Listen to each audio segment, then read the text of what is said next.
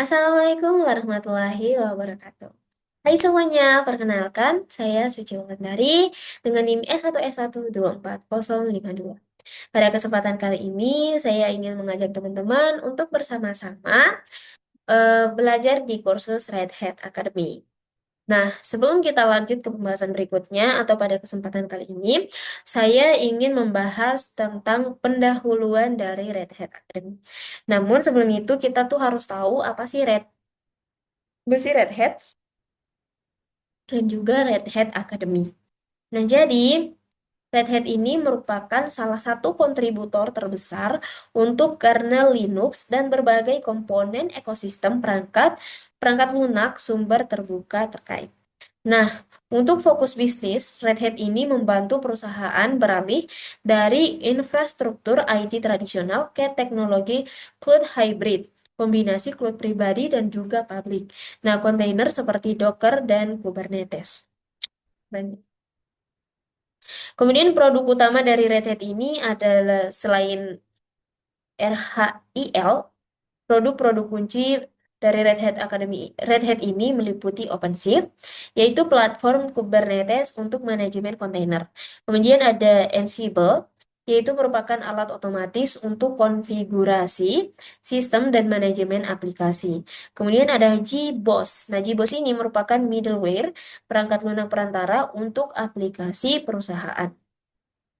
Nah, untuk model bisnis dari Red Hat sendiri ini, meskipun perangkat lunak dari Red Hat ini berbasis sumber terbuka, yang artinya dapat diakses siapa saja secara gratis, namun Red Hat ini menghasilkan pendapatan dengan menjual langganan atau subscription yang menyediakan dukungan teknis, pelatihan, dan pembaruan keamanan jangka panjang kepada pelanggan perusahaan. Nah, itu ya untuk Red Hat. Kemudian apa sih Red Hat Academy? Nah, jadi Red Hat Academy ini merupakan inisiatif pendidikan global yang dikelola oleh Red Hat untuk menjembatani kesenjangan keterampilan antara pendidikan akademik dan kebutuhan industri di bidang IT. Nah, tujuan dari program ini adalah untuk membekali mahasiswa di institusi pendidikan mitra seperti universitas, politeknik, dan juga lain-lain. Dengan keterampilan praktis menggunakan teknologi Red Hat yang banyak digunakan di dunia kerja. Kemudian cara kerja dari Red Hat ini adalah Red Hat bermitra dengan institusi akademik seperti yang disebutkan tadi untuk memberikan akses ke kurikulum, materi kursus, dan juga laboratorium online serta dukungan pengajar. Kemudian, apa sih manfaat bagi mahasiswa dengan Red Hat Academy ini?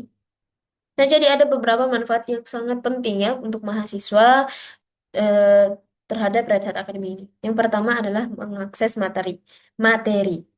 Nah, mahasiswa dapat mengakses ke kursus-kursus resmi Red Hat secara gratis melalui institusi mereka. Seperti saya sedang mengakses kursus Red Hat Academy secara gratis yang diselenggarakan oleh universitas saya, yaitu Universitas. Kemudian ada keterampilan relevan industri. Nah, jadi dengan belajar kursus di Red Hat Academy ini, kurikulumnya yang berfokus pada Linux, administrasi sistem, dan juga otomatis dan lingkungan cloud. Itu memberikan kita keterampilan industri yang relevan. Kemudian ada diskon sertifikat. Nah, peserta itu seringkali menerima potongan harga yang signifikan untuk ujian sertifikasi Red Hat yang diakui secara global. Nah, jadi setelah kursus ini kita akan mendapatkan sertifikasi atau sertifikat yang diakui secara global. Jadi kursus ini tuh sangat penting dan sangat bermanfaat untuk mahasiswa. Seperti sertifikat RHCSA, Red Hat Certified System Administrator. Nah, jadi singkatnya, Red Hat ini adalah perusahaan teknologi yang membuat perangkat lunak sumber terbuka untuk perusahaan. Sedangkan Red Hat Academy adalah program pendidikan yang mengajarkan cara menggunakan perangkat lunak tersebut kepada mahasiswa. Nah, itu cukup ya untuk Red Hat dan juga Red Hat Academy sebagai pengantar. Dan berikutnya kita akan masuk pada bagian pendahuluan. Nah, jadi seperti yang sudah disebutkan tadi ya, tujuan daripada kursus Red Hat Academy ini adalah mempersiapkan kandidat untuk adopsi Red Hat Enterprise Linux 9. Kemudian, untuk penggunanya merupakan perorangan yang baru mengenal Red Hat Enterprise Linux seperti kita, yang berencana untuk mengakses sistem Linux untuk pekerjaan masa depan atau tugas kuliah. Seperti yang saya lakukan. Kemudian untuk syaratnya itu cukup simpel karena kita hanya membutuhkan keakraban dengan komponen komputer dasar seperti mouse, keyboard, dan juga monitor. Itu dasar banget ya. Kemudian yang berikutnya,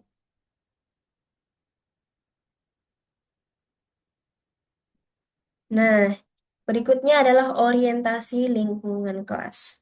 Nah, jadi teman-teman, dalam pembelajaran ini, sistem komputer utama untuk kegiatan pembelajaran langsung adalah workstation, di mana mahasiswa juga menggunakan mesin lain untuk kegiatan ini, seperti server A.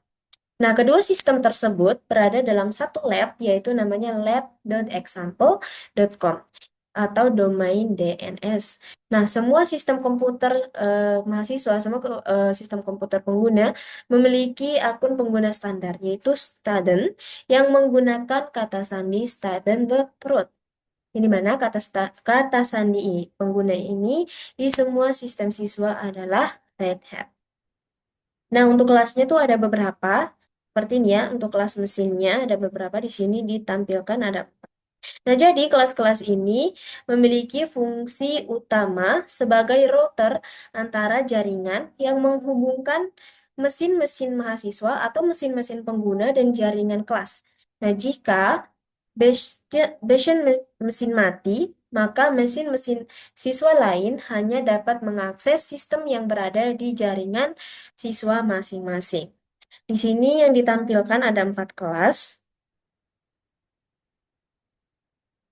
Yang, nah yang pertama tuh ada bastion.lab.example. Nah, IP address-nya ada di sini ya teman-teman ya.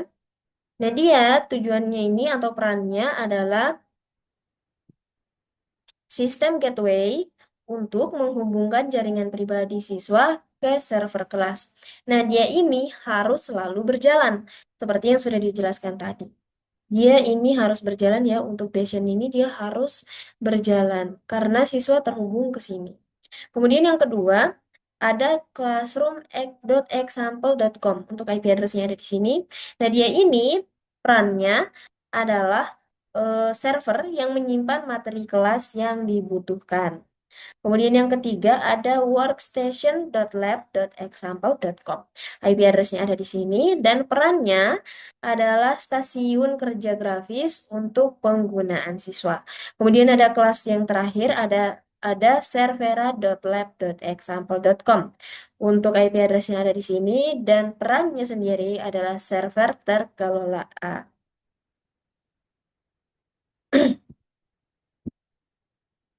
Nah, jadi beberapa sistem di ruang kelas ini menyediakan layanan pendukung atau dua server, contentexample.com dan materialsexample.com. Nah, merupakan sumber perangkat lunak dan materi laboratorium dalam kegiatan praktikum. Informasi tentang cara menggunakan server ini tersedia dalam instruksi untuk kegiatan tersebut. Workstation yang merupakan mesin virtual ini menyediakan kegiatan seperti ini, baik mesin classroom dan Bastion, harus selalu berjalan karena agar lingkungan laboratorium dapat digunakan dengan baik. Nah, kemudian di sini kita dapat mengendalikan sistem kita sendiri. Nah, kita ditugaskan untuk menggunakan komputer jarak jauh di ruang kelas Red Hat online learning atau ROL. Nah, kursus mandiri diakses melalui aplikasi web yang dihosting di roll.redhat.com. Nah, kita bisa masuk ke situs ini dengan kredensial pengguna portal pelanggan Red Hat kita atau pengguna masing-masing ya. Nah, kemudian untuk mengontrol mesin virtual, nah mesin virtual ini ada di lingkungan kelas kita yang dikontrol melalui kontrol antarmuka di halaman web. Nah, status setiap mesin virtual di kelas ini ditampilkan pada tab lab lingkungan lab yang seperti ini ya. untuk contohnya. Nah, kalau kita buka, dia itu ada di sini. Nah, sama ya kayak contoh yang tadi ya. Nah, teman-teman, kalau belum mulai ini, teman-teman bisa nonton nih tutorialnya di sini udah disiapkan juga untuk mempermudah kita. Jadi kalau teman-teman yang masih bingung, kayak gimana sih caranya bisa ngakses yang ini? Nah, teman-teman nonton aja nih tutorialnya di sini udah disiapin juga ya. Nah, kalau kita kita ingin mulai, kita bisa buka di sini. Tapi belum saatnya. Kita masih harus belajar banyak hal. Nah, ini ya contohnya kayak yang tadi ya. Kemudian di sini ada yang namanya status mesin. Nah, jadi status mesin ini yang pertama ada building, yang merupakan mesin virtual yang sedang dibuat. Kemudian ada status aktif, yaitu mesin virtual sedang berjalan dan tersedia. Nah, jika baru saja dimulai, layanannya mungkin masih aktif. Kemudian yang ketiga ada stop atau berhenti. Yang dimana kalau statusnya ini berhenti, berarti mesin virtual telah dimatikan sepenuhnya. Dan saat dinyalakan, mesin virtual akan melakukan booting ke kondisi yang sama seperti sebelum dimatikan. Kondisi disk tetap dipertahankan. Selain ada status mesin, ternyata ada juga tindakan kelas. Nah, jadi tindakan kelas ini ada beberapa. Yang pertama, ada membuat atau create. Nah, create ini dia itu membuat kelas role. Nah, buat dan jalankan semua mesin virtual yang dibutuhkan untuk kelas ini. Nah, proses pembuatan ini dapat memakan waktu beberapa menit.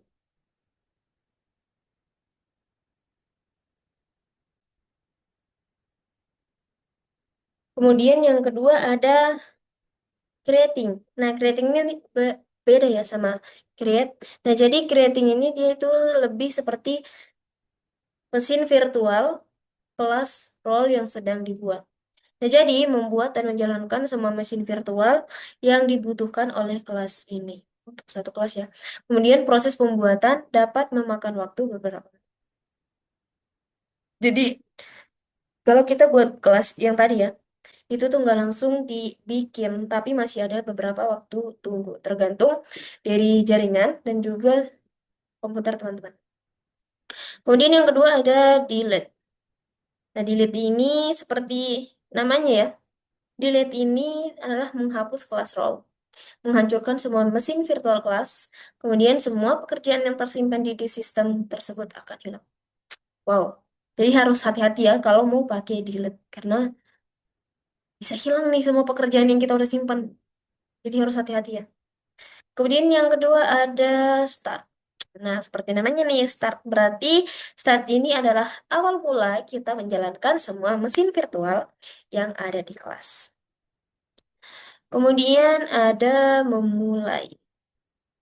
Nah, untuk memulai ini atau starting, dia ini adalah semua mesin virtual di kelas sedang menyala. Kemudian ada berhenti atau stop. Nah, jadi untuk stop ini berarti kita menghentikan semua mesin virtual yang ada di kelas. Selain itu, ada juga tindakan mesin atau mesin actions. Nah, jadi untuk mesin action sendiri itu ada beberapa. Yang pertama ada Open Console. Nah, jadi Open Console ini itu menghubungkan ke konsol sistem mesin virtual yang ada di tab browser baru. Nah, kita dapat masuk langsung ke mesin virtual dan menjalankan perintah jika diperlukan. Ya, jika diperlukan. Nah, biasanya kita masuk ke workstation mesin virtual saja. Lalu kita menggunakan SSH untuk terhubung ke mesin virtual lainnya. Kemudian ada action start. Nah, action start ini seperti namanya adalah kita pertama kali mulai menyalakan mesin virtual. Kemudian yang ketiga ada action shutdown. Nah, action shutdown ini atau tindakan mematikan ini berarti kita mematikan mesin virtual dengan baik dan kita mempertahankan isi disk. Jadi di sini kita belajar bagaimana caranya kita mematikan mesin virtual, namun hal-hal yang telah kita lakukan di mesin virtual tersebut tidak dihapus atau tetap dipertahankan di disk. Kemudian ada action power off. Nah, beda sama action shutdown. Nah, action power shutdown ini mematikan paksa mesin virtual sambil tetap mempertahankan isi disk. Jadi dia itu dimatikan secara paksa. Nah, tindakan ini setara dengan memutus daya mesin fisik. Kemudian yang terakhir adalah action reset. Nah, action reset ini berarti kita memaksa mesin virtual dan mengatur ulang penyimpanan terkait ke kondisi awal. Dan semua pekerjaan yang tersimpan di sistem akan hilang. Jadi, kalau mau apa yang kita sudah kerjakan tetap tersimpan di disk, saran saya pakai aja action shutdown atau power off. Karena kalau di reset berarti semuanya bakal hilang. Nah, pada awal latihan, jika diinstruksikan untuk menyetel ulang simpul mesin virtual, maka kita klik tindakan setel ulang atau tindakan reset. Hanya untuk mesin virtual spesifik tersebut. Perhatikan ya. Kemudian, pada awal latihan, jika diinstruksikan untuk mengatur ulang semua mesin virtual, maka yang kita klik adalah tindakan atur ulang atau reset pada setiap mesin virtual dalam daftar. Nah, jika kita ingin mengembalikan lingkungan kelas ke keadaan semula di awal kursus, maka kita klik hapus untuk menghapus seluruh lingkungan kelas. Nah, jadi kalau misalnya udah banyak dan ingin dihapus, kita klik aja hapus ya. Nah, setelah lab dihapus, kita klik buat atau create untuk menyediakan serangkaian sistem kelas baru. Nah, kalau misalnya kelasnya udah dihapus dan kita ingin membuat kelas baru, kita cukup klik buat.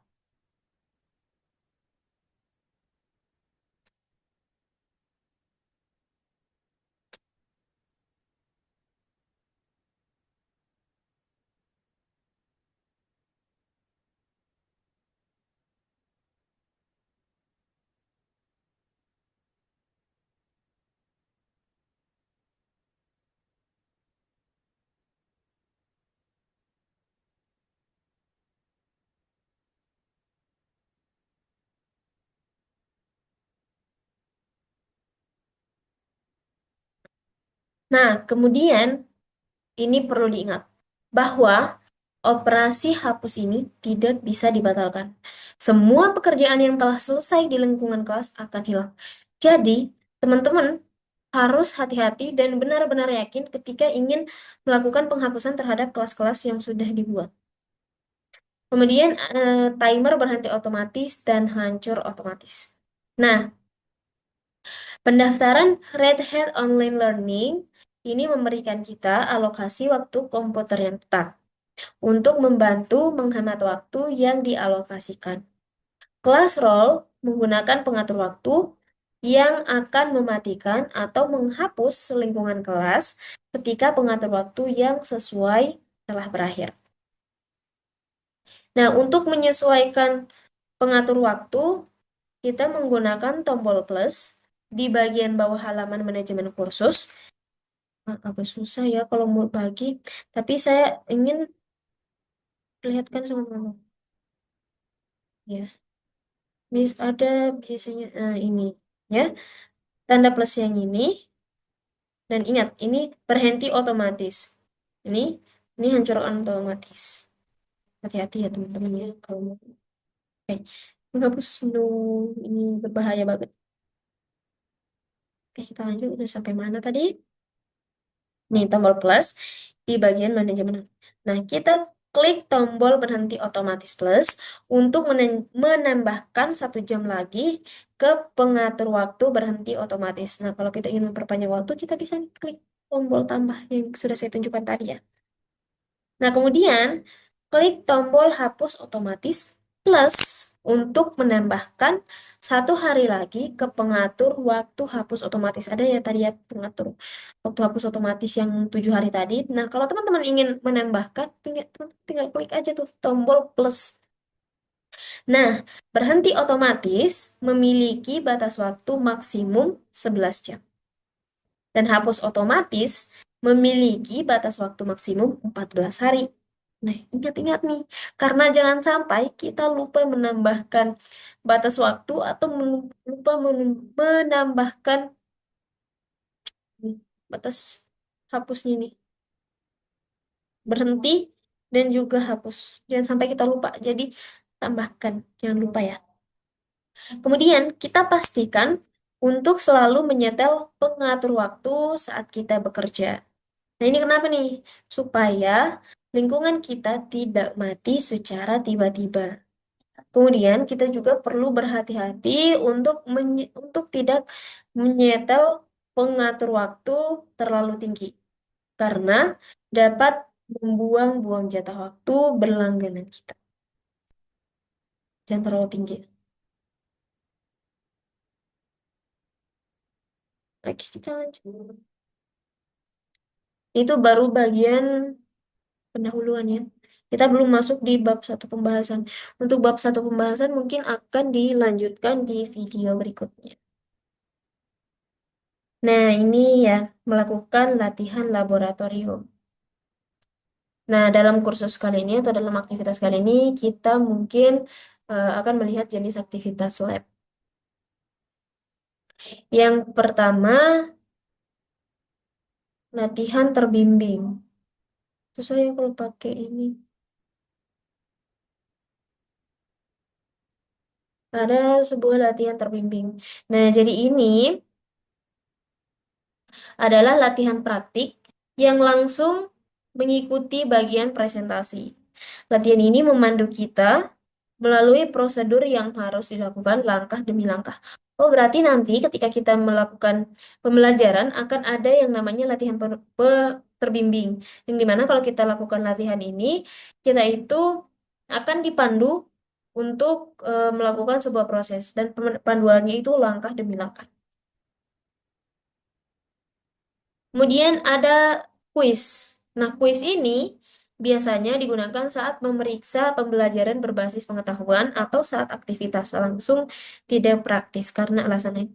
Oh, nah ini tuh jadi kalau misalnya kita udah belajar materi yang berbasis pengetahuan bukan praktikum, nah kita itu setelah melakukan pembelajaran tentang pengetahuan tersebut, kita biasanya akan dihadapkan dengan kuis-kuis. Nah, kuis ini tujuannya untuk mengecek seberapa jauh pemahaman kita tentang materi yang kita sudah pelajari. Kemudian ada yang namanya lab akhir. Nah, lab akhir ini merupakan aktivitas langsung yang dapat dinilai untuk membantu kita menguji pembelajaran yang telah kita lakukan. Nah, kita mengerjakan serangkaian langkah tingkat tinggi berdasarkan latihan terpadu di bab tersebut, di bab yang telah kita pelajari ya. Misalnya ada bab 1, bab 2, bab 3.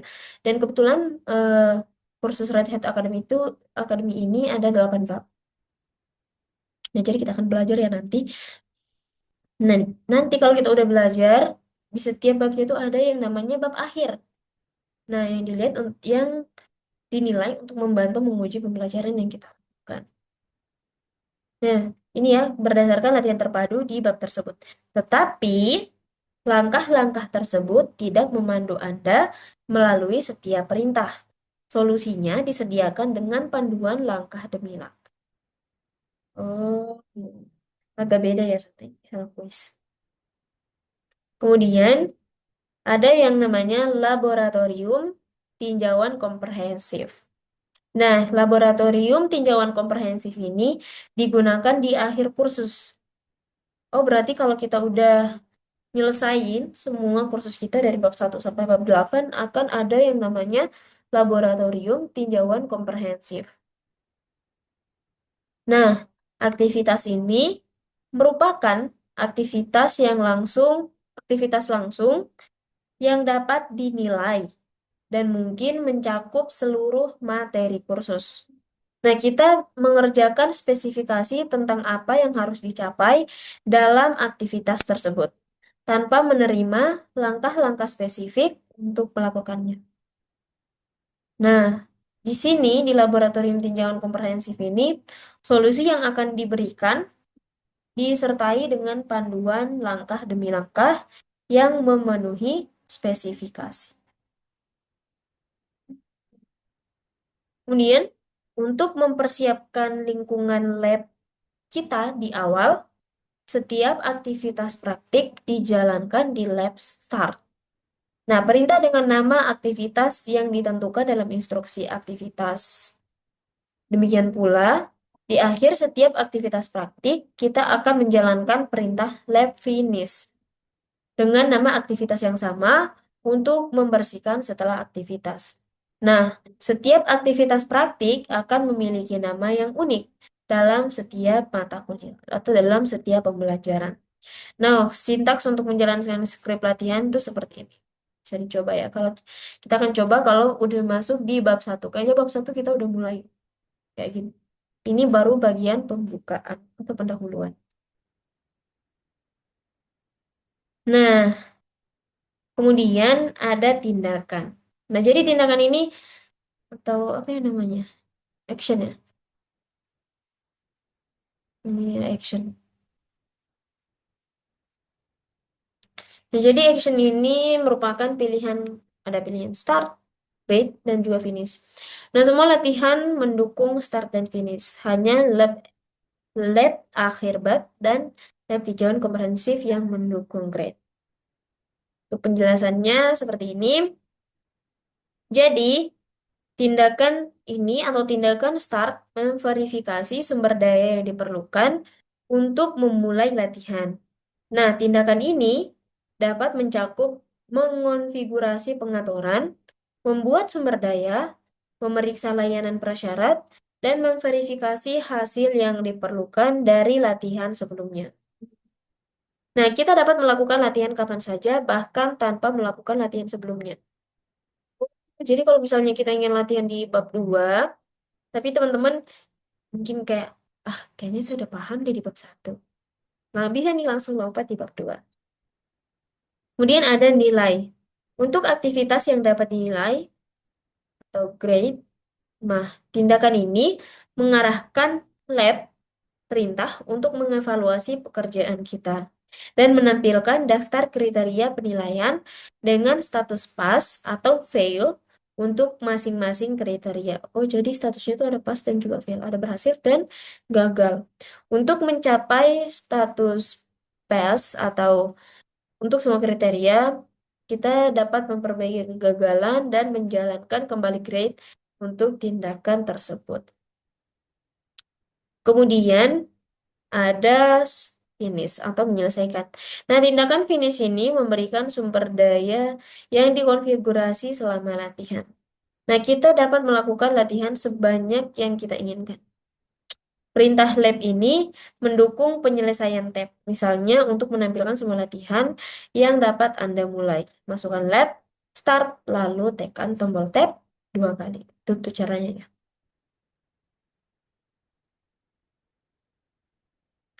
Nah, ini bagian 1 pengantar Linux.